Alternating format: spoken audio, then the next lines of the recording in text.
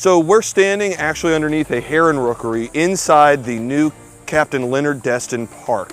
This is the newest park added to the portfolio of beachfront and bayfront parks that the city of Destin has spent the last several years acquiring. So you and I met last week and talked about the new acquisitions that are going to be going into Crystal Beach to bring the public more access to the Gulf front. Well, this is actually our newest one that we have built in partnership with the state of Florida and the Trust for Public Lands on the bay. And it's actually on the Leonard Destin home site that was settled around in the 1830s. We've got a lot of great enhancements to this area.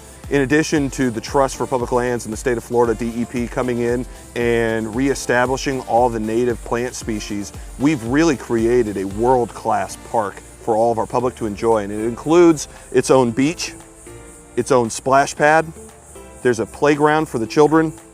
We have a brand new pier and kayak launch. There are restrooms, pavilions. We are standing behind a heron rookery. And we also have a citrus tree orchard and a replica seine boat to honor the founding pioneering industry of Destin, which was commercial fishing. Where we're standing right now is the old Leonard Destin home site. So Leonard Destin was a New London whaler from Connecticut who settled this area in the 1840s right here because the fishing grounds were so prosperous and ample. It's actually quite a journey and quite a trip, because on his way down in the 1830s, he hit a hurricane off of Cape Canaveral on his way down around the point of Florida to get here, and ending up being marooned on Merritt Island off of Cape Canaveral for about a month before finally making it to here and settling his home site. And the home itself was built probably in the mid to 1840s and was burned by the Confederates or the Union around 1861 during the skirmishing that occurred offshore of here, with the Union being in the blockading vessel called the Water Witch and the Confederacy being entrenched and camped at what is Camp Walton near the Fort Walton Beach Landing. That's where Fort Walton gets its name. And subsequently over the decades, the family let this property leave. The family can get into some private hands, but luckily for everyone, eventually there were some private sellers that were interested in selling the property over to the state of Florida and the city of Destin so that we could create this beautiful park. One of the greatest parts about this park is that we've partnered with the Florida Department of Environmental Protection.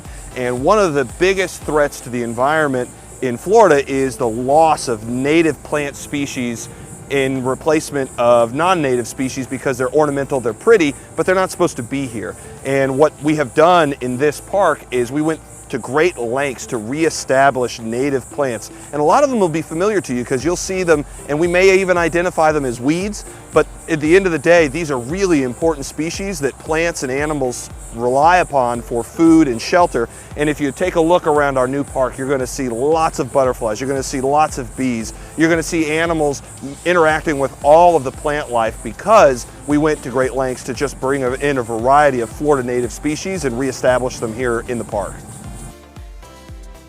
We're really excited to open this park. We've got a few more little things that we have to get done before we open. We're shooting for a ribbon cutting in early September. We cannot be more excited to open this up for the public to enjoy, and hopefully everybody will come out and celebrate the opening of this park and reestablishment of our connection to our heritage sometime in early September for a ribbon cutting.